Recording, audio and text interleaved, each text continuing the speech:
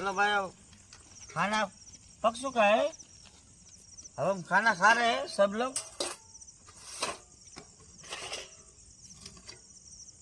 आपको खाना है तो आओ आओ। हिंदी तो हमको आता नहीं, सो लगे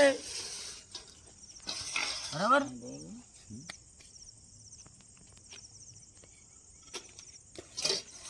अभी खाना पकाया है।